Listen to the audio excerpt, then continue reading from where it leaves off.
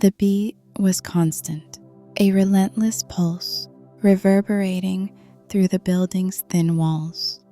A woman's voice broke the air, breathless and urgent, calling his name like it was her anchor, each cry aligning with the steady thud of something against brick.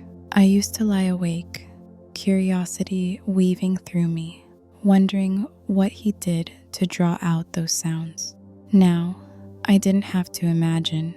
Last night, I'd been swept into that rhythm myself, and if I wanted, I could step back into it with a simple tap on his door.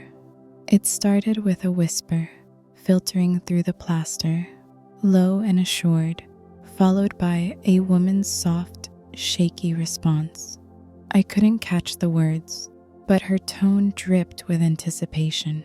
Then came a sharp gasp, raw and unfiltered, as the knock of wood on wall began, slow at first, then quickening, matching her uneven breaths. There was no stumble, no doubt, just pure, seamless intensity. I lay still, my pulse unsteady, a warmth stirring deep within me. I'd heard neighbors before, brief and unmemorable, but this was different, a nightly echo that refused to fade. Each evening brought fresh voices, different women, yet the same wild, unrestrained energy spilled through the divide. I turned onto my side, the sheets cool against my skin, my breath shallow as I tried to tune it out. But I didn't. I couldn't. With every sound piercing the silence, a question flared brighter. What was he like? This man who turned fleeting moments into symphonies of fervor.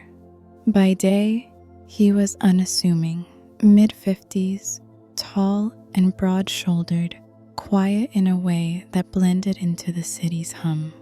I'd seen him in passing, his silver-flecked hair catching the light, his stride calm and deliberate. A man who didn't seek notice, but held it effortlessly.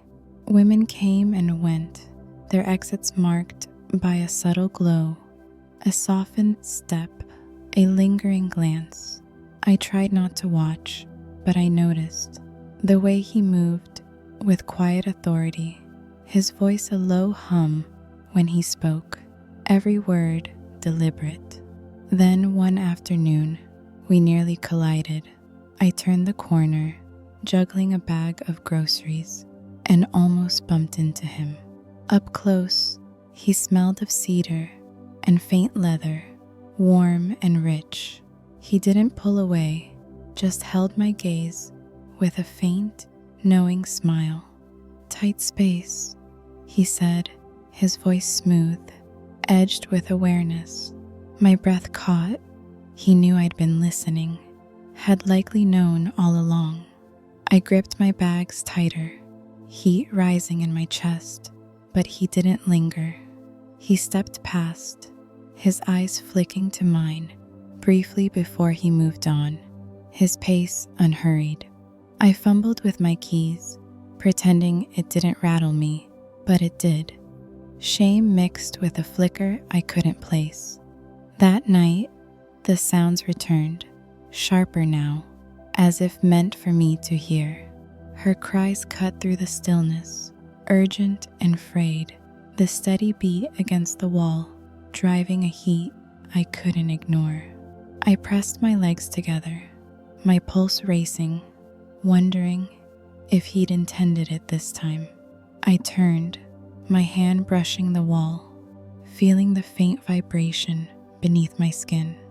My mind spun, his frame above her, his voice a low command, unraveling her. My breath hitched, and before I could stop myself, my fingers moved, tracing slow, hesitant circles, syncing with the tempo next door. Her voice peaked, raw and breaking, and I stifled a sound of my own, warmth surging through me, swift and consuming. I trembled, spent, But the ache didn't fade. I needed more. The next day, certainty settled in my bones. I wasn't nervous, just resolved. Every sound in the hallway, every shadow by my window had me wondering if it was him, if he felt my shift. By evening, I was ready. I stepped out as he did, our timing perfectly aligned. He paused, his eyes settling on me with a glint of amusement. "Twice in a row," he said, voice low and teasing. Should I be flattered? I smiled, steady but playful. Maybe I'm just friendly.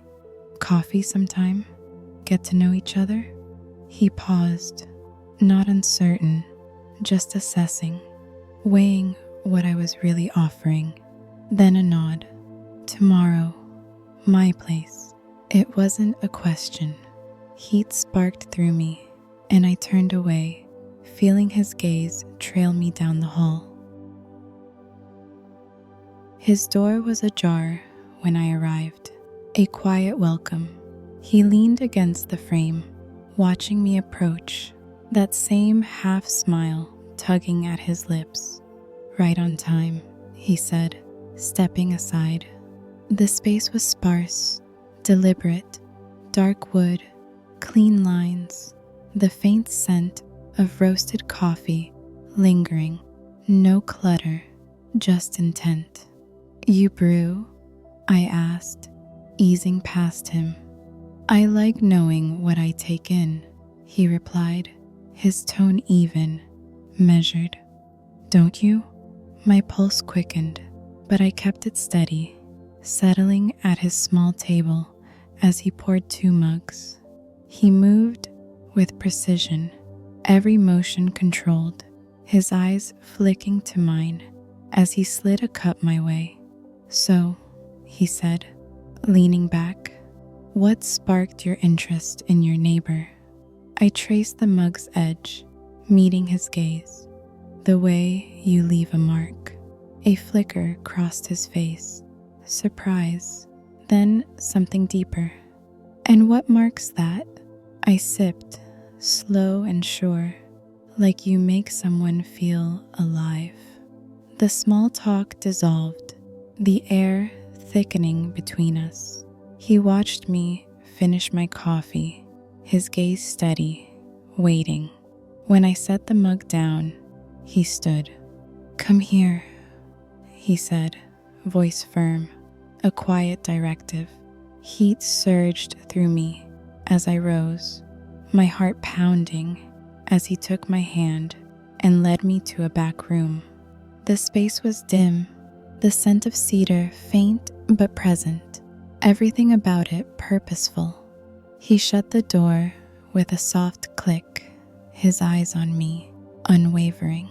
Then he stepped closer, his hands finding my waist, firm and sure, guiding me back until I felt the edge of a low bench behind me.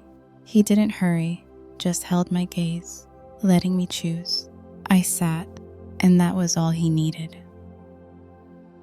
His kiss came swift, deep, and unwavering, drawing me into a slow, steady warmth. His hands rested on my hips, guiding me down until I settled beneath him, his presence a steady anchor above me. My skin tingled, alive under his touch, as his lips brushed a warm trail along my jaw, his stubble rough against my throat. Every gesture was calm, intentional, peeling away my defenses bit by bit. Then he shifted closer, his voice a low murmur, "Hold still," sending a shiver through me. His fingers lingered, tracing my back, pulling me into a quiet, consuming haze. I exhaled sharply, my hands clutching the fabric, the moment swelling until a rush of heat swept over me, leaving me breathless. He drew me closer still, his hands framing my face, his gaze steady and unrelenting. My breath faltered, the intensity rising too fast. too deep until it broke over me again, a tide of warmth that left me trembling in its wake. His composure softened then, a low hum escaping him as he reached his own calm, his grip easing. We paused, breaths heavy in the stillness, his fingers trailing my arm in a slow, gentle sweep. "Curious enough?" he asked, a faint, satisfied note in his voice. I exhaled, content and complete. More than enough. The next night, the sounds returned. Another voice, another rhythm, seeping through the walls. But this time, they didn't spark longing or questions. I knew now. I'd felt it, lived it. I could step back into that world anytime, with just a knock. Lying there, his scent still faint on my skin, I smiled to myself, satisfied, whole. The steady pulse next door carried on, and I pictured it clearly. His quiet confidence, his effortless draw. I'd been part of it, and I could be again whenever I chose. Every man has a way of drawing someone in. Some say it's charm, others say it's mastery. What do you think truly sets the spark? Drop your thoughts in the comments. I'll read every one. If you liked this story, hit that like button and subscribe. Don't forget the bell. It helps more than you think and keeps me fired up to bring you stories every day. Catch you in the next one.